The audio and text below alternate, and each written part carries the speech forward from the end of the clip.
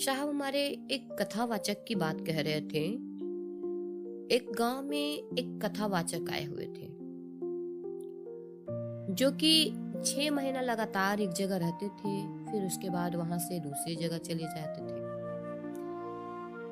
वहां पे एक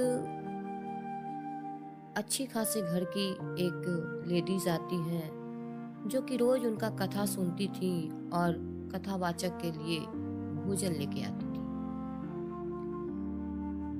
एक दिन कथावाचक का समय वहां पे से जाने का पूरा हो गया। वो कहते हैं कि बेटी, तुमने इतना दिन मेरा बहुत सेवा किया, मैं कल इस गांव को छोड़ के जा रहा हूँ। तुमने जितना मेरा सेवा किया है उस सेवा का फल तुम मुझसे जो चाहो मांग सकती हो, तुम मुझसे वरदान मांगो। वो कहने लगी कि बाबा, मेरे जीवन में किसी चीज की कमी नहीं है, आप रहने दीजिए, मुझे कुछ नहीं चाहिए। फिर बाबा कहते हैं कि नहीं, तुम वरदान मांगो। वो कहती हैं कि बाबा, आप इतना जिद कर ही रहे हैं तो मेरे जीवन में एक ही चीज की कमी है।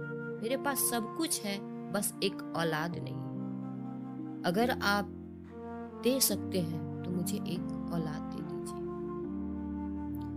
बाबा उनके हाथ को देखते हैं और कहते हैं कि मैं आपसे कल मिलता हूँ, कल इसी समय आ जाइएगा।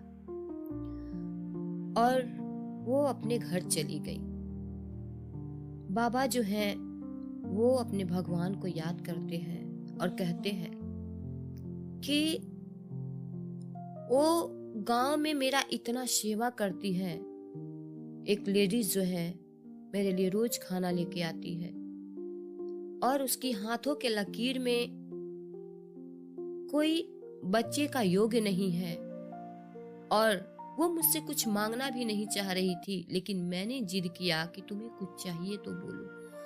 तब उसने मुझसे एक पुत्र की कामना की है और उसके हाथ की लकीरों में नहीं है। मैं क्या करूं? भगवान की ओर से आवाज आता है कि जब है ही नहीं तो फिर तुम क्या कर सकते हो। कल होता है, फिर वो लेडीज आती है बाबा के लिए खाना लेके। बाबा दुखी मन से कहते हैं कि बेटा, आपके किस्मत में ही नहीं है तो मैं क्या कर सकता हूँ। और वो जाने लगे। वो कहने लगे कि बाबा, मैंने आपसे कहा था कि